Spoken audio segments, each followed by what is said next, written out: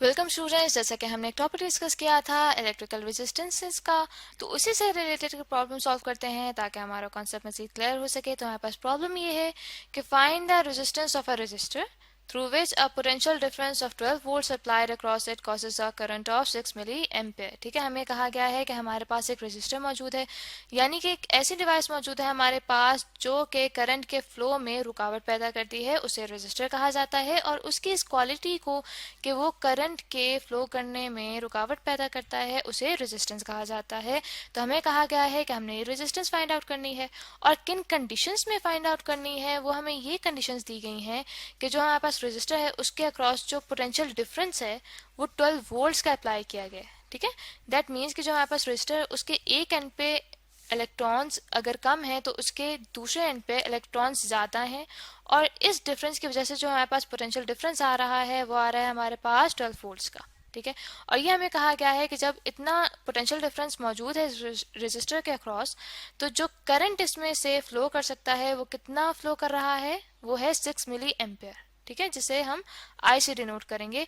तो इस तरह करते हैं स्टूडेंट्स के, सबसे पहले अपने पास डाटा लिख लेते हैं कि हमारे पास क्या क्या क्वांटिटीज गिवन है। सबसे पहले हमें बताया गया है कि हमारे पास इस रजिस्टर के अक्रॉस जो पोटेंशियल डिफरेंस है जिसे वी से डिनोट करते हैं वो कितना है हमारे पास, वो है 12 वोल्ट्स। ठीक है, उसके बाद कहा गया है कि हमारे पास इस पोटेंशियल के बाद जितना करंट फ्लो कर सकता है वो है हमारे पास 6 मिली एम्पेयर। तो मिली को ओपन करके लिखें तो हमारे पास आ जाएगा 6 इंटू 10⁻³ एम्पेयर।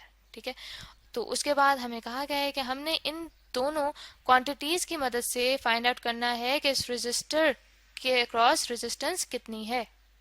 तो अब इस तरह करते हैं कि सोल्यूशन स्टार्ट करते हैं प्रॉब्लम का। ठीक है, तो ओम्स लॉ के मुताबिक हमारे पास जो पोटेंशियल होता है वो इक्वल होता है के करंट और रेजिस्टर के। ठीक है, तो यहाँ से देखें हम रेजिस्टेंस निकाल सकते हैं कि रेजिस्टेंस हमारे पास आ जाती है पोटेंशियल डिवाइडेड बाय करंट के। तो यहाँ पे जब हम पोटेंशियल की वैल्यू पुट करें तो हमारे पास पोटेंशियल है 12 वोल्ट्स जो कि डिवाइड हो रहा है हमारे पास करंट से, और करंट हमारे पास है 6 इंटू 10⁻³ एम्पेयर।